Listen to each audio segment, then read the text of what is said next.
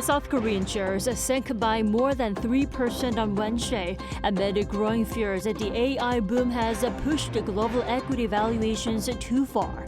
The rapid stock selling on the KOSPI caused a sidecar to be issued for the first time in over half a year.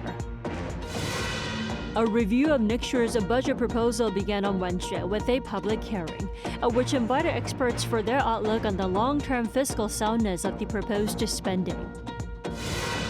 In the first nationwide elections held since Trump's return to the Oval Office, the Democrats succeeded in reclaiming the governorship of Virginia.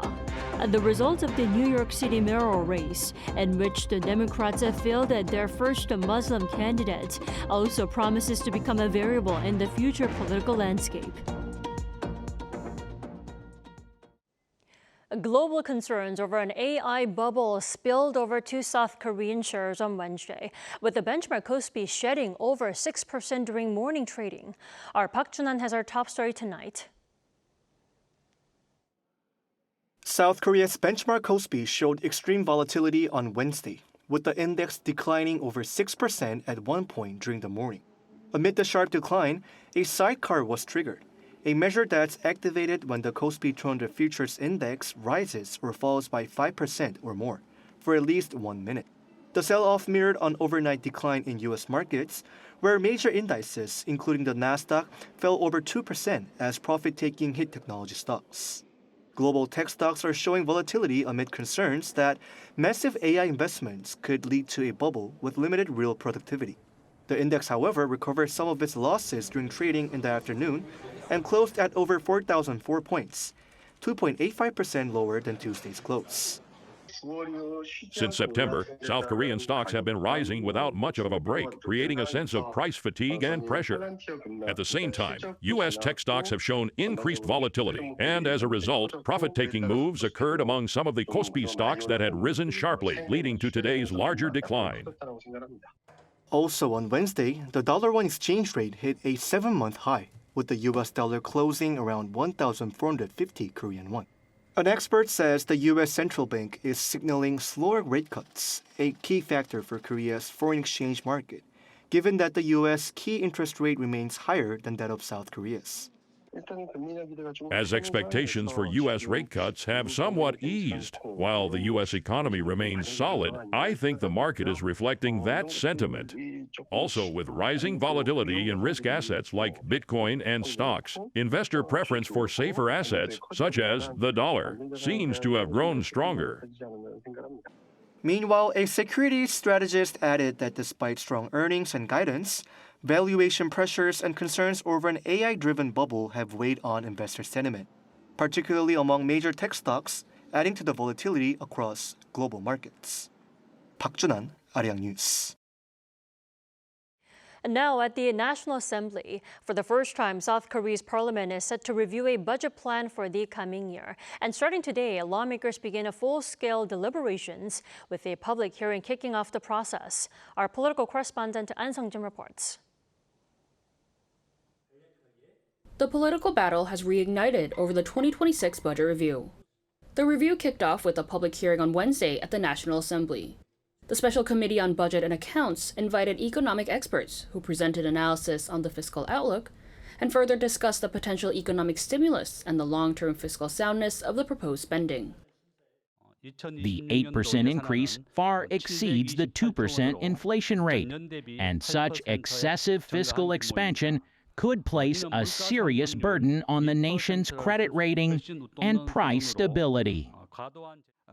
The government continues to emphasize the role of fiscal spending as a catalyst for growth, but in reality, the spending increases are in areas largely unrelated to economic stimulation. This raises deep concerns about whether the proposed budget will truly help revitalize the economy.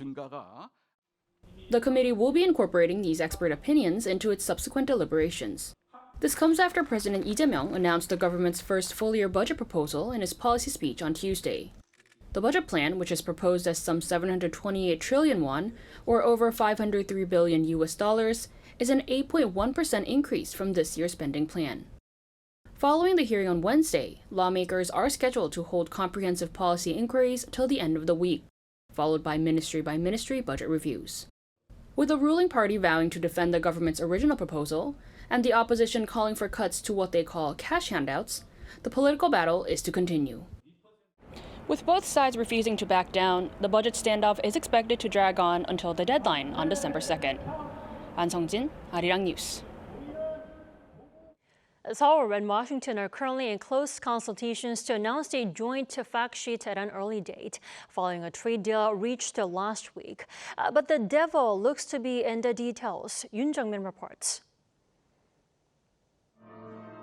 Following an unexpected trade deal as a result of last week's talks between Presidents Lee Jae-myung and Donald Trump, the South Korean and U.S. authorities are discussing the details of the joint fact sheet and MOUs that are to be announced within a few days. The two countries do not have many differences, so the fact sheet is expected to be concluded this week. The Trump administration plans to lower its tariffs on Korea in exchange for the latter's investment package, worth hundreds of billions of dollars. Sources say the details entail setting from when the tariffs will drop retroactively, with Seoul hoping to move up the date to August 7th, the point where America's tariffs began taking effect, while Washington reportedly says otherwise.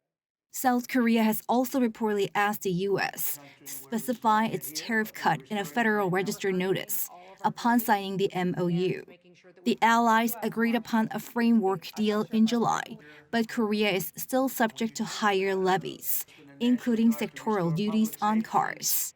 On the security front, consultations are in the works to include the allies' cooperation on nuclear power submarines in the fact sheet, as discussed at the highest level last week.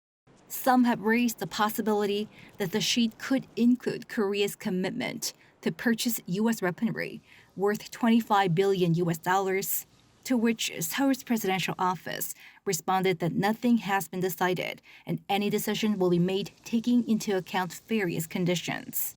The gist of the Korea-U.S. trade deal includes Seoul making investments worth $350 billion, among which $200 billion will be in cash, with an annual payment ceiling of $20 billion, while $150 billion will be invested for cooperation on shipbuilding.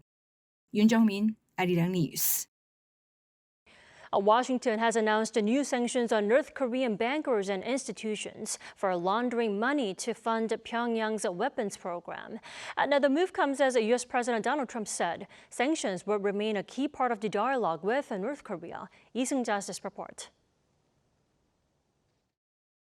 The United States has announced new sanctions on individuals and institutions accused of helping North Korea launder billions of dollars stolen through cybercrime operations. According to the U.S. Treasury Department on Tuesday, 8 people and 2 firms are being sanctioned for channeling money from cyber heists and IT fraud to finance North Korea's nuclear weapons program. Among those sanctioned are North Korean bankers Chang Guk-chul and Ho Jung-sun, who allegedly managed more than $5 million in cryptocurrency connected to the sanctioned First Credit Bank. Washington says over the past 3 years, North Korean hackers have stolen and laundered more than $3 billion in digital assets, the largest amount linked to any foreign actor. U.S. Treasury Undersecretary for Terrorism and Financial Intelligence John K. Hurley said the regime's hackers steal and launder money to fund nuclear development. The department said the network operates across China, Russia, and other countries, using shell companies and foreign banks to disguise the source of funds. The latest sanctions come as U.S. President Donald Trump said sanctions would remain a key part of any dialogue with Pyongyang. After the collapse of a possible U.S.-North Korea summit during Trump's recent visit to Asia, Washington moved quickly to expand sanctions, signaling stronger pressure on the regime. Lee Seung-jae, Arirang News.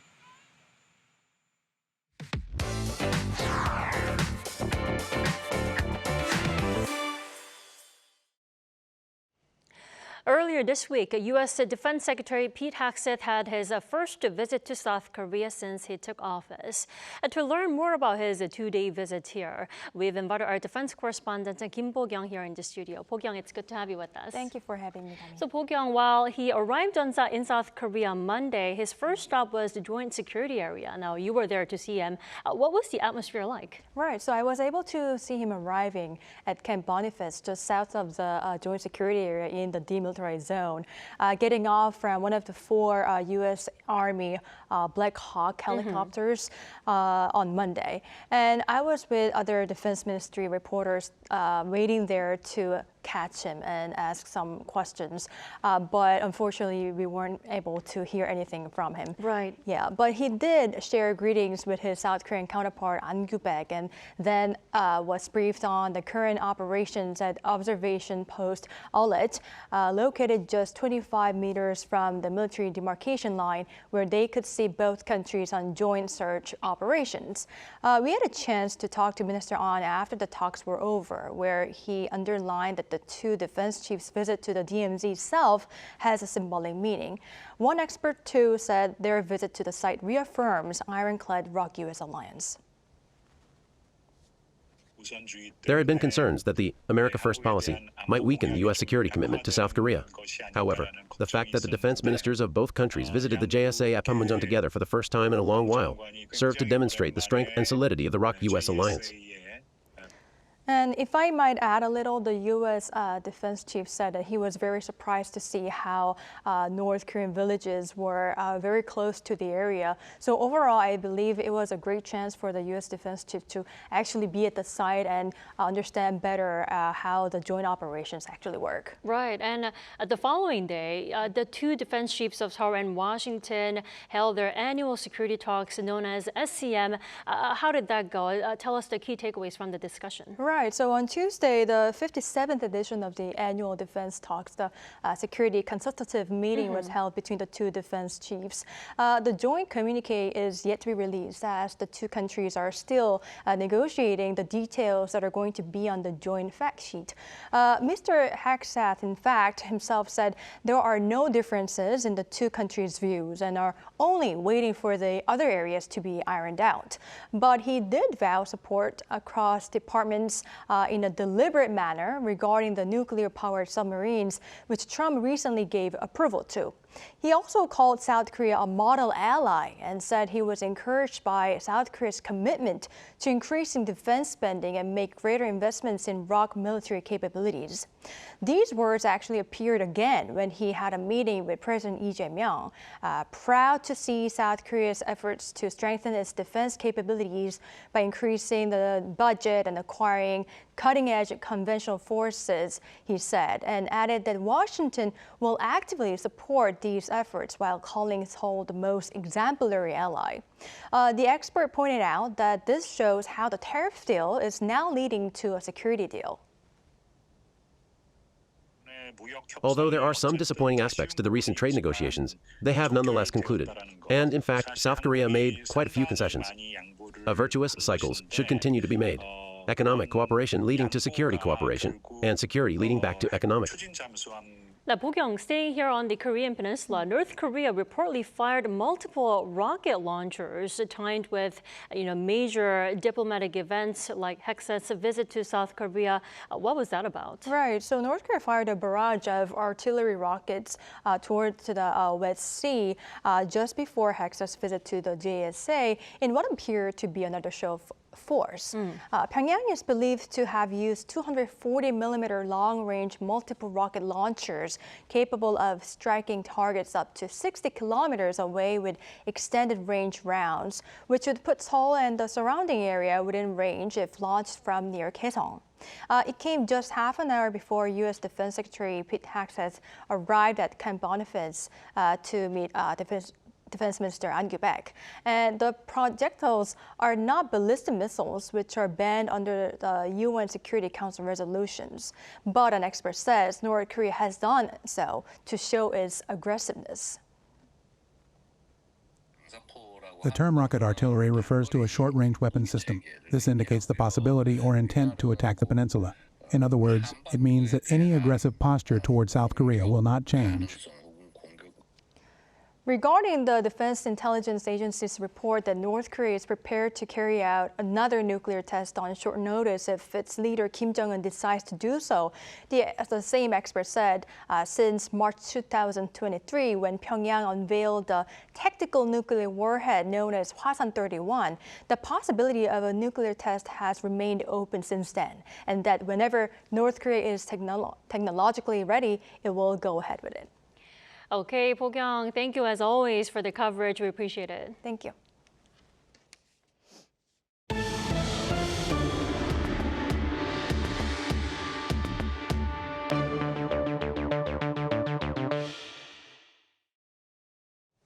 The U.S. government shutdown has now entered its 36th day, the longest in American history. President Donald Trump is now urging his party to take drastic action to break the deadlock, even as the political costs are beginning to show. Our Pyongyang reports. U.S. President Donald Trump is demanding Republicans end the Democratic filibuster by invoking what he calls the nuclear option, which will lower the threshold for passing bills from 60 votes to a simple majority. Trump warned on Truth Social that if the filibuster isn't terminated, the Democrats may be more likely to win the midterms and the next presidential election. He argued that without ending the rule, his administration's agenda, from tax cuts to tighter border control, would be blocked for years. But Senate leaders have resisted, saying such a move would destroy bipartisan traditions and ultimately backfire. That debate now comes amid a political setback for the White House. In Tuesday's elections, seen as an early test of Trump's second term, Democrats swept key races, winning the governorships in Virginia and New Jersey, and taking New York City's mayoral seat with progressive lawmaker Zohran Mamdani, the city's first Muslim mayor. In Virginia, former Congresswoman Abigail Spanberger became the state's first female governor, flipping the seat long held by Republicans. Analysts say the results may signal voter frustration with Trump's shutdown politics, serving as an early referendum on his leadership ahead of next year's midterms. With the government still shuttered and the opposition emboldened, the record shutdown and the filibuster showdown are shaping up to be a political test of Trump's second term. Pyongyang, Arirang News.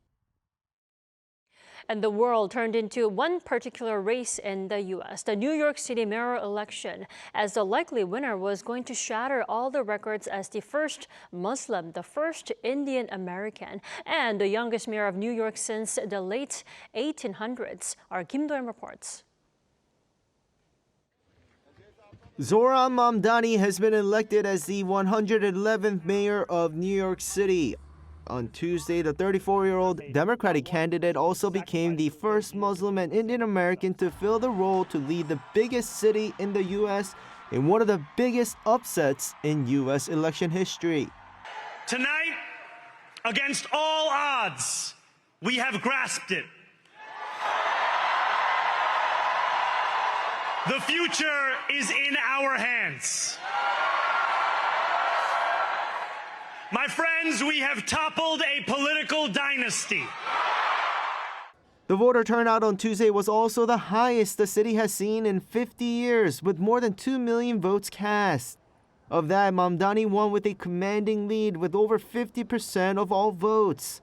During his campaign, Mamdani, a state lawmaker from Queens and a Democratic socialist, proposed a rent freeze, making all city buses fast and free, establishing city-run grocery stores to lower food costs, and providing universal child care. He also called for raising taxes on corporations and the wealthy to pay for these left-wing policies. In February of this year, an Emerson College poll showed that Mamdani had a 1% approval rating. In June, as a major upset, Mamdani won the Democratic primary, defeating Andrew Cuomo, who had 33% in that poll in February. Cuomo, however, continued his campaign as an independent, setting up a three-way general election with Republican Curtis Sliwa. Progressive politicians showed support after the win. Notably, Bernie Sanders posted on X congratulating Mamdani and said, "Yes, we can create a government that represents working people and not the 1%. Mamdani will take the post officially on January 1st, 2026. Kim Do-yeon, Arirang News. Over in the Philippines, a deadly typhoon has struck, killing 90 and leaving many others missing. Our Park Konu has the latest. Destructive winds and devastating flooding caused by Tuesday's typhoon Kaimiki, also known locally as Tino, have swept across the central Philippines, killing at least 90 people, according to AFP on Wednesday. Many reportedly drowned, while others were even killed by falling trees and landslides. Most of the reported deaths were from Cebu Island, that's still recovering from a deadly earthquake that occurred at the end of September. Among the victims were 6 military crew members, whose Air Force helicopter crashed on Mindanao Island on its way for a humanitarian operation to regions battered by the typhoon. Their bodies has been discovered and a related investigation is underway. Around 26 people are still missing, and hundreds of thousands have been evacuated from their homes. But even those who survived are left with harrowing memories. We were really anxious because the longer the rains continued, the higher the floodwaters rose. It even reached half of our second floor. Everything on our ground floor was destroyed. Our TV, our kitchen, our sliding door, our air conditioner, our windows, everything was destroyed.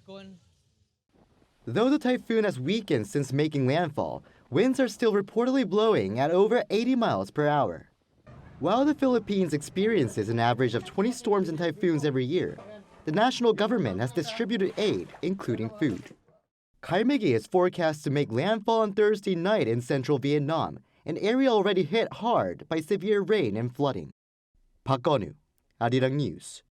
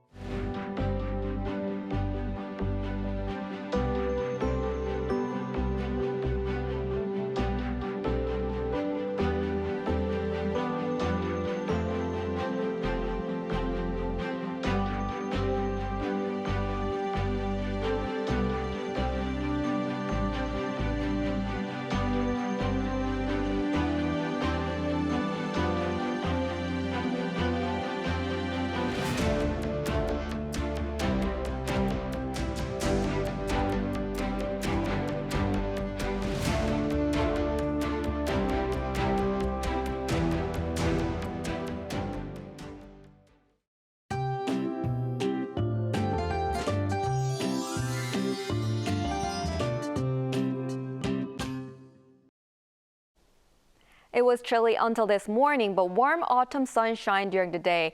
Daytime temperatures in most parts of the country rose to around 20 degrees Celsius, bringing warm autumn conditions. The temperature difference between morning and day and between day and night is very wide at more than 10 degrees. So you should plan what to wear according to the time of the day. Seoul will rise to 19 degrees tomorrow and Friday, which is higher than the average temperature for this time of year. Typical autumn weather with a large daily temperature difference will continue until the coming weekend. Tomorrow morning will start cool at 7 degrees in Seoul, at 4 degrees in Chuncheon. Highs will top out at 19 degrees in Seoul and Chuncheon, 22 degrees in Busan. On Friday, there's rain in eastern parts of Gangwon-do province. Rain will fall in the southern parts of the country on Saturday and will spread across the country on Sunday. That's all for Korea. Here are the weather conditions around the world.